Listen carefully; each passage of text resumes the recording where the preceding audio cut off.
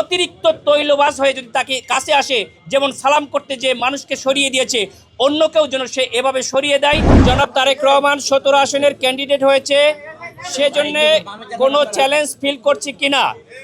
আমি personally doctor SM. Khaliduzzaman, আমি এদেশের একজন নাগরিক, আমি এদেশে ট্যাক্স দিই। আমার দেখা মতে সেখানে যে ট্যাক্স আমি যেটা দিয়েছি সেটার অন্তত 100 গুণ বেশি দিয়েছি। কিন্তু আনফর্চুনেটলি এদেশের সরকার এবং প্রশাসন আমরা খুব অবাক দৃষ্টিতে দেখছি যে একজন নাগরিকের জন্য কি করছেন। যে সেনাবাহিনী, যে পুলিশ তাকে দড়ি দিয়ে টাঙ্গিয়ে বিদেশে পাঠিয়ে দিয়েছে, অথচ এমনভাবে তারা আবার দেশে আসার পরে তৈল দিচ্ছে, যেটা আমাদের জন্য লজ্জাস্কর, লজ্জাস্কর, লজ্জাস্কর। অবশ্যই অবশ্যই তার নিরাপত্তার জন্য ব্যবস্থা নেবে, কিন্তু সেটার একটা লিমিট আছে।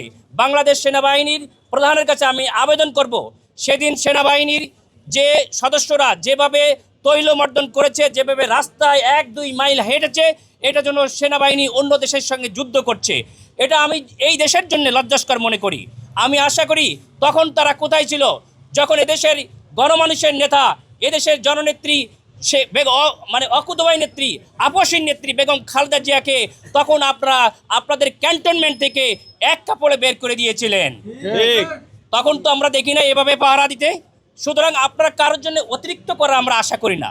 সরকারের টাকায়, সরকারের সীমাবদ্ধতায়, সরকারি আইনের মধ্যে থাকার জন্য তাদেরকে আমরা আহ্বান করব।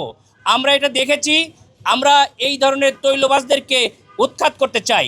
আমি অত্যন্ত আনন্দের সঙ্গে জানাচ্ছি, আমি দেখেছি আমার প্রতিদ্বন্দ্বী প্রার্থী, আমাদের বড় ভাই, তাকে সালাম করার জন্য একজন নুয়ে পড়তেছিল, তিনি নিষেধ করেছেন। তার এটা ভুলে গেলে হবে না এই তৈলবাজরা তার জন্য কি করেছে।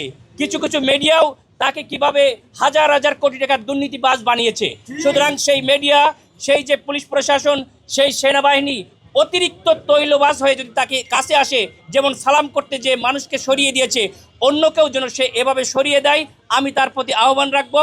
এবং আমরা আগামীতে একটি সৌহার্দ্যের বাংলাদেশ গড়ব, আমরা ভেদাভেদের বাংলাদেশ গড়ব না। আপনি চ্যালেঞ্জ মনে করছেন কিনা? আমি বিন্দুমাত্র কোনো চ্যালেঞ্জ মনে করছি না। এই কারণে সেখানে আমার জনপ্রিয়তা দেখে আমি মনে করি তারা এক ধরনের ক্যান্ডিডেট, আগে যিনি হবেন আমরা শুনেছিলাম, তিনি সেখান থেকে অন্য জায়গায় চলে গিয়েছে।